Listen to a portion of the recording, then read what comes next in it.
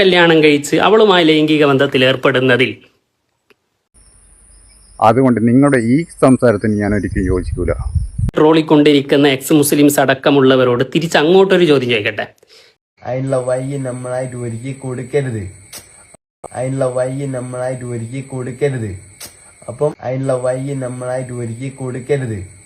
അപ്പം എന്റെ സ്വന്തം മകൾ അവൾക്കൊരു 18 വയസ്സാകുമ്പോൾ അവളെ കല്യാണം കഴിച്ച് അവളുമായി ലൈംഗിക ബന്ധത്തിൽ ഏർപ്പെടുന്നതിൽ ഇസ്ലാമിൽ സംഭവിക്കാൻ സാധ്യതയുള്ള ഒരു വിഷയത്തിൽ നിയമം പറഞ്ഞതിന്റെ കാരണത്താൽ ഇസ്ലാമിനെ ട്രോളിക്കൊണ്ടിരിക്കുന്ന എക്സ് മുസ്ലിംസ് അടക്കമുള്ളവരോട് തിരിച്ചങ്ങോട്ടൊരു ചോദ്യം ചോദിക്കട്ടെ.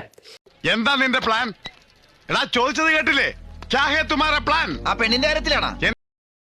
ചക്കിക്കൊത്ത ചങ്കരൻ ഇതല്ലേ യാഥാർത്ഥ ചക്കിക്കൊത്ത ചങ്കരൻ?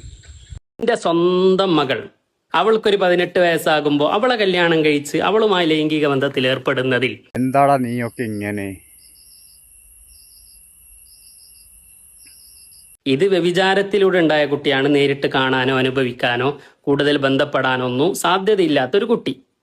എന്നാൽ നിന്റെ സ്വന്തം മകൾ നീ ചെറിയ പ്രായം തൊട്ട് വളർത്തി വലുതാക്കി വേണ്ടതെല്ലാം കൊടുത്ത് സ്നേഹത്തോടുകൂടി വളർത്തിയ മകൾ അവൾക്കൊരു 18 വയസ്സാകുമ്പോൾ അവളെ കല്യാണം കഴിച്ച് അവളുമായി ലൈംഗിക ബന്ധത്തിൽ ഏർപ്പെടുന്നതിൽ ഞാൻ ആ മതിൽക്കെട്ടിനകത്ത് ജീവിക്കുന്നത് നിങ്ങളുടെ ആരുടെയും കോപ്രായം കാണാനല്ല.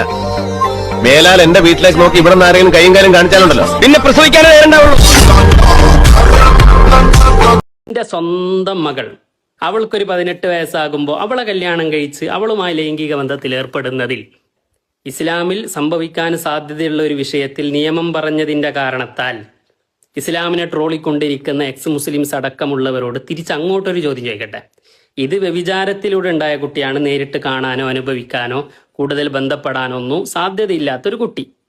എന്നാൽ നിന്റെ സ്വന്തം മകൾ നീ ചെറിയ പ്രായം തൊട്ട് വളർത്തി വലുതാക്കി വേണ്ടതെല്ലാം കൊടുത്ത് സ്നേഹത്തോടുകൂടി വളർത്തിയ മകൾ അവൾക്കൊരു 18 വയസ്സാകുമ്പോൾ അവളെ കല്യാണം കഴിച്ച് അവളുമായി ലൈംഗിക ബന്ധത്തിൽ ഏർപ്പെടുന്നതിൽ നിന്റെ മതത്തിലോ അല്ലെങ്കിൽ നീ വിശ്വസിക്കുന്ന പ്രത്യയശാസ്ത്രത്തിലോ എന്താണ് വിലക്ക്? വിലക്കുണ്ടോ? നിനക്കത് പറ്റുമോ? നീ എൻ്റെ മനസ്സാക്ഷി എന്താണ് അതിനെക്കുറിച്ച് പറയുന്നത്? തെറ്റാണ് എന്നാണെങ്കിൽ എന്തിൻ്റെ അടിസ്ഥാനത്തിലാണ് അത് തെറ്റാണ് എന്ന് പറയുന്നത്? ഇങ്ങനെ 100 കണക്കിന് ചോദ്യം നിന്നോട് തിരിച്ചു ചോദിക്കാൻ പറ്റും. ഒരൊറ്റ ഒന്നിനു പോലും തെറ്റാണ് എന്ന് മാനദണ്ഡത്തിന്റെ അടിസ്ഥാനത്തിൽ നിനക്ക് പറയാൻ കഴിയില്ല എന്നുള്ളതാണ് യാഥാർത്ഥ്യം. ശരീരമൊക്കെ പെട്ടക്കുന്നടാ. നിന്റെ പേരെന്താണ്? എന്റെ പേര് മൈക്കിൾ. നിന്റെ പെണ്ണുമ്പിളുടെ പേര് രേഖ. മൈക്കിൾ രേഖ. മൈക്കിളിന്റെ മൈയും